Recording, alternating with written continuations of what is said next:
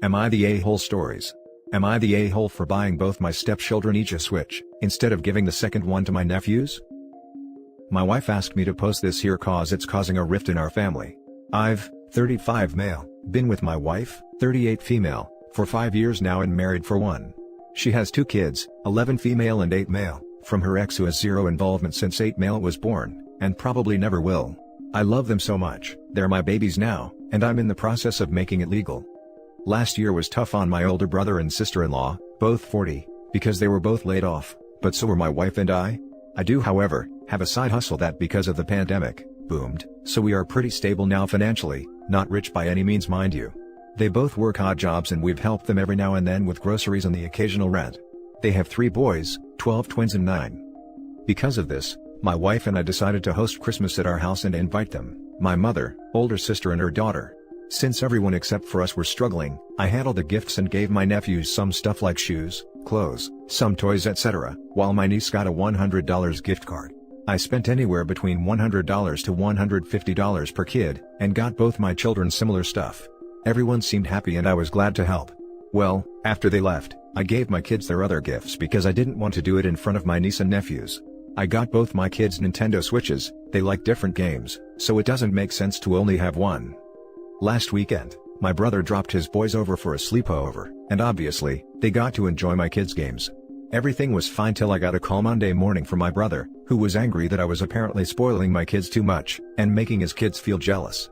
He said I should have given the second Switch to his kids, instead of giving mine one each. He told me that I should have considered their financial status before buying such luxuries for kids that aren't mine.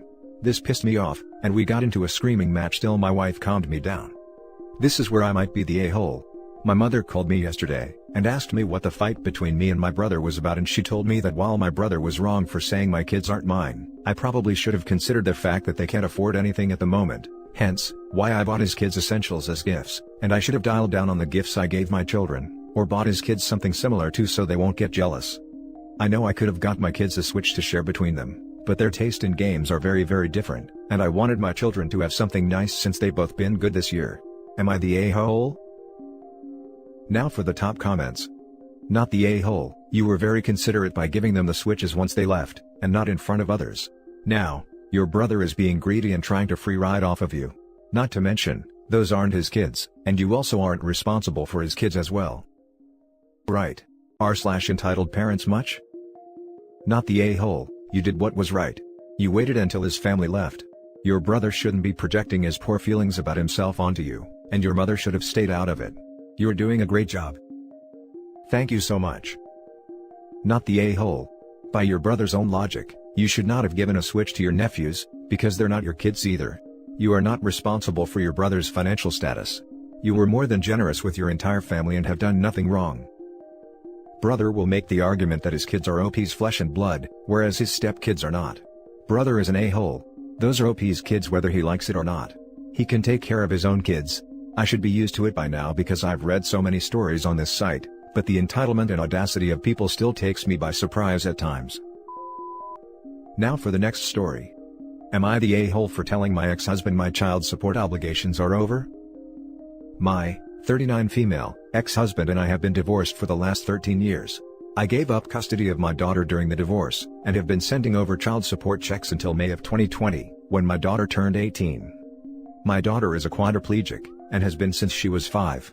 Her dad lost his job around 14 years ago, so for the first 2 years after our divorce, the child support me and my then new husband sent over was what helped them survive. My checks have never been late, but I now have 2 kids with my current husband, aged 12 and 8. I've been a stay-at-home mom for the entirety of our marriage, so it's been my husband being kind enough to pay for a child that's not his. When my daughter turned 18, I talked to her and basically wished her and my ex-husband luck in whatever they chose to do in the future. I get a call from my ex-husband saying that my daughter wanted to start college in fall of 2021. The college they picked was the best in the state for students with disabilities, but that my ex-husband couldn't foot the tuition alone. He said that our daughter couldn't do any of the student jobs available, and said if I wanted to do right by my first kid, I should help foot the bill. I was talking to my ex on speakerphone, and my current husband interjected and said that was all his money, and he has done everything to help me meet my legal obligation, but that's done now. I told my husband that our daughter is now a legal adult, and I had covered her expenses when she needed a lot of medical attention at ages 6 and 7, and that we were only a bit older than her when we were already parents. I told him that I had already done right by our child, and that college isn't a necessity.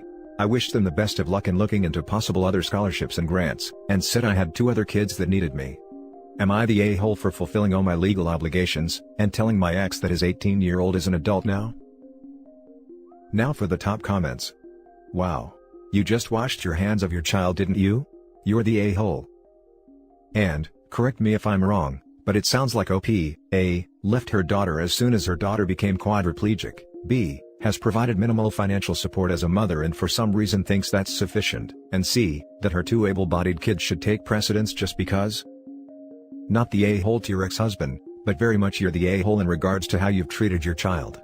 Guess you moved on to your real children and real family, and just left her in the dust, huh? No, you didn't do right by your child because you sent her money until she was 18. Doing the math, you gave up custody right around when she became quadriplegic. Doesn't seem like a coincidence to me. You've been a terrible parent. Am I the a-hole for fulfilling all my legal obligations and telling my ex that his 18-year-old is an adult now? OP doesn't consider her daughter her child anymore. You're the a-hole.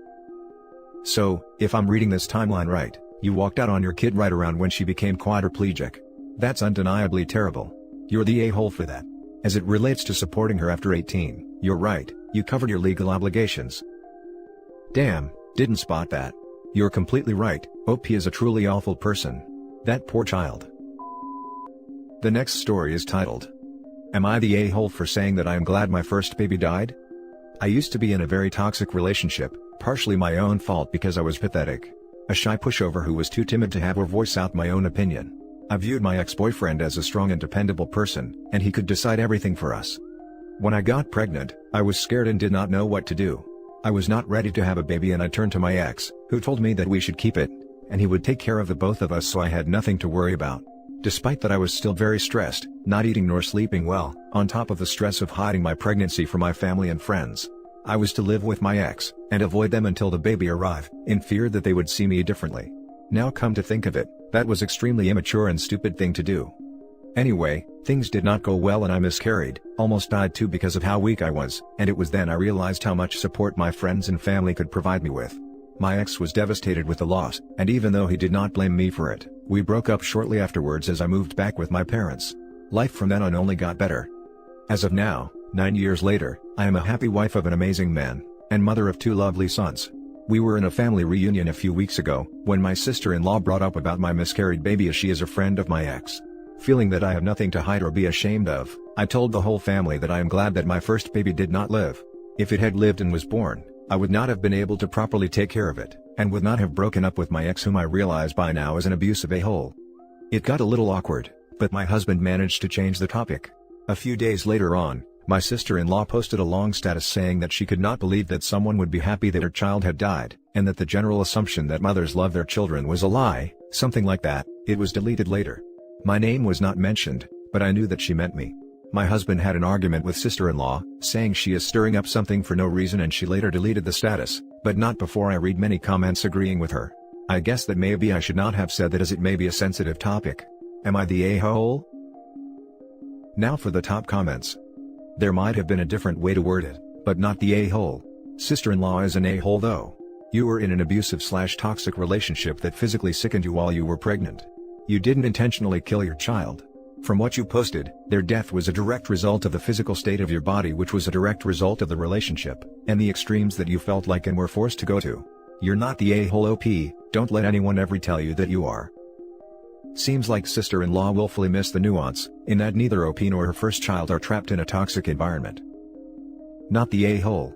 I don't understand why your sister-in-law would think it was acceptable to bring that up in front of others. But it is the kind of thing that's probably best not said aloud in a group situation, because it sounds worse than it is and could easily be misconstrued. Sister-in-law is friends with the OP's abusive ex and 9 years on, clearly feels that the OP was somehow responsible for the bad relationship. Not the a-hole. They do not get to gatekeep how a woman should feel about a pregnancy and or miscarriage, especially when it isn't theirs. Your sister-in-law was way out of line and your husband did the right thing. Try to put those people out of your mind.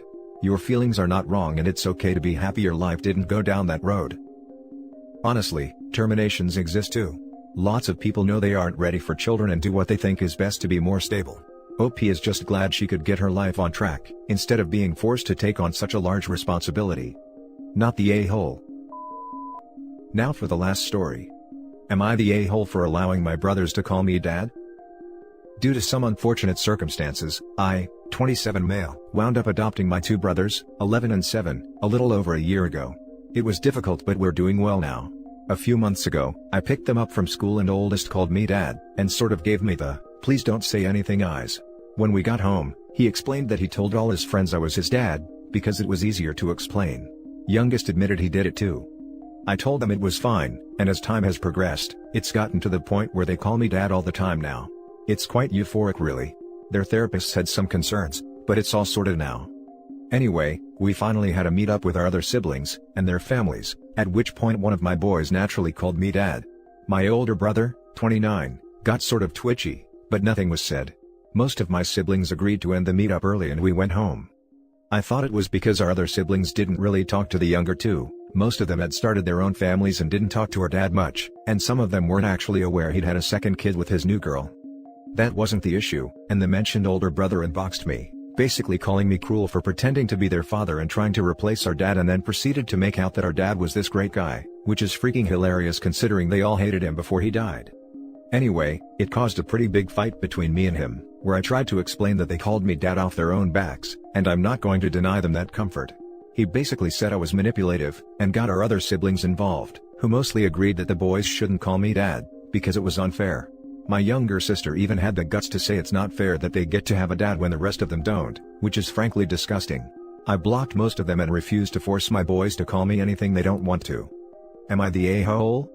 For anyone who may ask, explaining our family tree is too complicated, but Dad had a hell of a lot of affairs. He has 27 bio children that I'm aware of. Not the a-hole. Your brothers calling you dad isn't harming anyone. It makes them comfortable and their lives easier. Going off this post, you're more of a dad to them than their father ever was. That's very true. I feel like I did most of their parenting honestly. He wasn't an awful dad, although I might be biased. He just had no idea what he was doing. And very clearly has no idea what a condom is. Not the a-hole. If the boys' therapists don't have an issue with it, and you don't, and the boys don't, everyone else can bug off. It's not your fault your dad couldn't keep it in his pants, nor is it your fault he died before your sibs grew up, and it's definitely not your fault he was a horrible dad. You may have some fun explaining when their future partners enter the picture, but that's a long way down the line. Not gonna lie, I feel like I've had way more women hit on me now that the kids call me dad. So, win-win. But jokes aside, I love them and I just want them to be comfortable, you know? Add a cute doggo to the mix, and you're going to be golden with the ladies.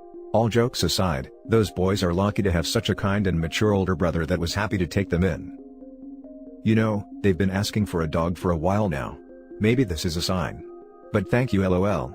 I do love my boys. Not the a-hole. And 27 bio children? No wonder your dad is hated. I loved him and was his only child, bar the two boys, who actively wanted to see him. My mother was mostly absent though, so he always wound up taking me with him to his next stop, which is probably why we got along so much more. And that's it for this video guys. If you have thoughts to share, leave a comment below. Don't forget to hit like and subscribe if you like this content. I'll catch you in the next one. Good day everyone.